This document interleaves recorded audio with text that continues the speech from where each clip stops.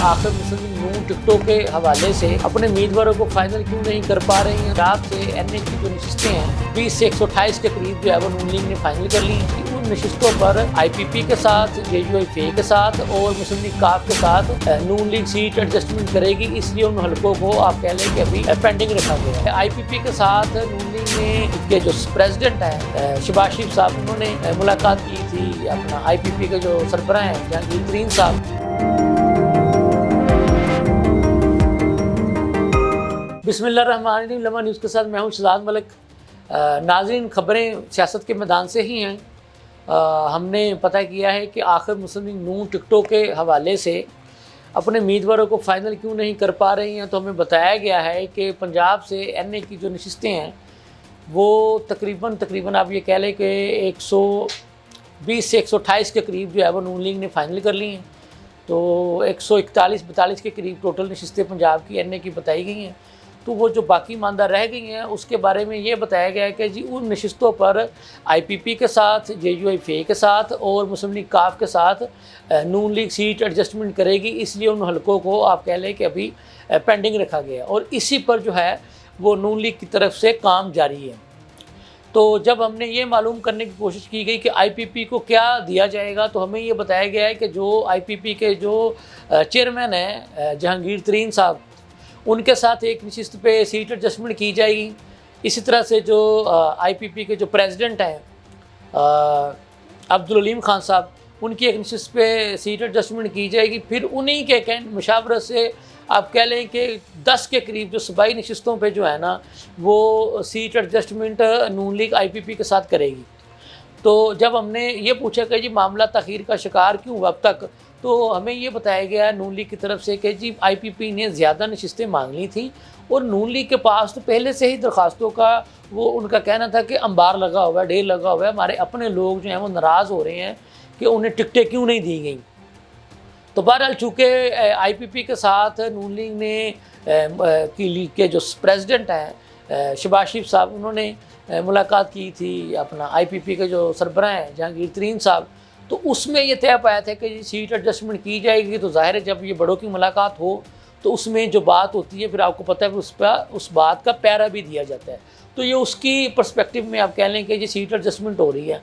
तो इसी तरह से हमने आपको यही बताया था मुस्लिम लीग काफ के जो सरबराह हैं चौधरी शुजात साहब, उनके साथ भी नून लीग के सीट एडजस्टमेंट के मामला चल रहे हैं, उन्होंने भी नशिस्तें मांगी हैं और उनका भी वही इशू है कि जो गुजरात शहर से जो अहम नशिस्तें हैं वो मुस्लिम लीग काफ ने मांगी थी। तो उस पर नून लीग की तरफ से उन्हें कहा गया था कि जी ठीक, हम आपको जो मेन जो नशिस्तें हैं उस पर नून लीग अपने बंदे खड़े नहीं करेगी और सीट एडजस्टमेंट के नतीजे में मुस्लिम लीग काफ के लोग जो हैं वहाँ से इलेक्शन लड़ेंगे। इसी तरह से हमने आपको यही बताया था कि जेयूआईफे मौलाना फजल रहमान साहब के साथ चूँकि केपीके में खुद नून लीग ने रब्ता किया था कि जी आप वहाँ से हमारे साथ सीट एडजस्टमेंट करें। बदले में जेयूआईफे ने कहा था कि जी ठीक है, पंजाब में आप हमारे साथ सीट एडजस्टमेंट करें। वो भी हमने आपको बताया था कि जी वो जैसे कहते हैं ना पहले आप वाली बात पे मामला रुका हुआ था, या दूसरे लफ्ज़ों में ये कह लें सियासत का मैदान है ना, कोई भी एक दूसरे पे एतबार करने को तैयार नहीं है, एतमाद करने को तैयार नहीं है, ये कह लें। बहरहाल ये सिलसिला भी जारी है। इसमें अब कह लें कि थोड़ी सी जो कह लें कि जो तख़ीर हो रही है उसकी वजह एक ये भी है कि चूँकि अभी इनके पास जो है ना कागज़ात वापस लेने की जो तारीख़ है वो भी बाकी है। तो इसलिए इसके भी इनके पास चूँकि अभी एक मार्जिन है तो वो उस लिहाज से भी थोड़ा सा वो लगे हुए हैं कि जी क्यों इतनी उजलत में फ़ैसला करें, कहीं ये ना हो कि लेने के देने पड़ जाएँ। लेने के देने से मुराद ये होता है कि आप जल्दबाजी में फ़ैसला कर लें तो पता चले कि जी आपकी जो अपना जो घर है, आपकी जो अपनी पार्टी है, उसमें जो नाराज़ लोगों की तादाद है वो बहुत ज़्यादा बढ़ चुकी है। क्योंकि भाई जी आपने बाहर के ही लोगों को इतना ब्लाइज कर दिया है कि अब आप जो है वो सिवाय परेशानी के आपके हिस्से में कुछ नहीं आ रहा। तो देखते हैं कि आगे चलकर मामला किस करवट बैठते हैं। बहरहाल सिलसिला भी जारी है। फिर आज इसी वक्त जो है जब मैं आपसे मुखातब हूँ तो पीपल्स पार्टी की सीईसी की जो मीटिंग है वो बिलावल हाउस में जारी है। तो चूँकि आसिफ अली ज़रदारी साहब जो कि पीपल्स पार्टी पार्लियामेंटेरियन के प्रेसिडेंट हैं, उनका इंतज़ार किया जा रहा है, वो अभी तक लाहौर नहीं पहुँचे। तो मीटिंग का बाकायदा आप कह लें कि आगाज़ इसलिए नहीं शुरू हो सका कि वो चाहते हैं कि ज़ाहिर है वो तशरीफ़ ले आएँ। तो फिर जो है बाकायदा अजलास का आगाज़ किया जाए।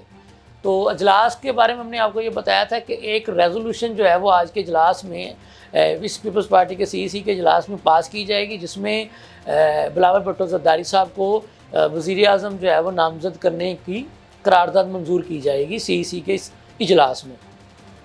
इसी तरह से आज के इजलास में जो है वो जलसे जुलूसों का शेड्यूल भी है जो है वो मरतब किया जाएगा और उम्मीदवारों को भी फाइनल किया जाएगा।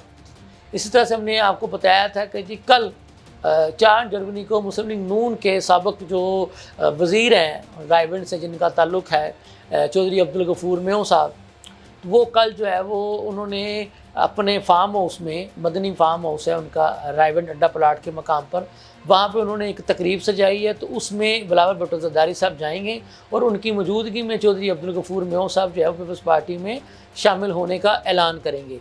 तो बहरहाल ये पीपल्स पार्टी के लिए आप कह लें कि एक बड़ी कामयाबी है, क्योंकि वो रायबंद से वो 2 मरतबा MPA मुंतखब हो चुके हैं चौधरी अब्दुल गफूर साहब, 1 मरतबा वो सूबाई वज़ीर भी रह चुके हैं शहबाज शरीफ साहब की कबीना में। तो ये एक बड़ी कामयाबी है उनको। तो देखते हैं कि ये कामयाबियों का सिलसिला वो कब तक जारी रखते हैं।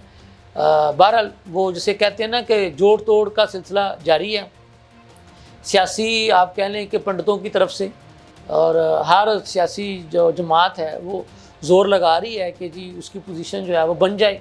तो पोजीशन तो यकीनी तौर पर आवाम ने बनानी है, और पोजीशन बनाने का आवाम के पास जो हथियार है वो वोट की ताकत है।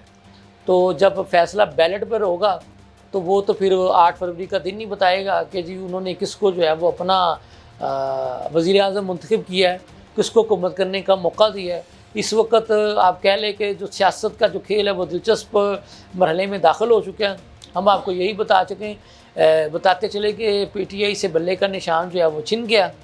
तो उनके जो PTI के जो मौजूदा जो हैं चेयरमैन बैरिस्टर गौहर साहब, उन्होंने कहा कि जी हम सुप्रीम कोर्ट में जाएंगे बल्ले का निशान दोबारा वापस लेने के लिए। देखते हैं उन्हें कामयाबी मिलती है या नहीं। इसके साथ ही अपने मेज़बान को इजाज़त दीजिए। अल्लाह हाफिज़।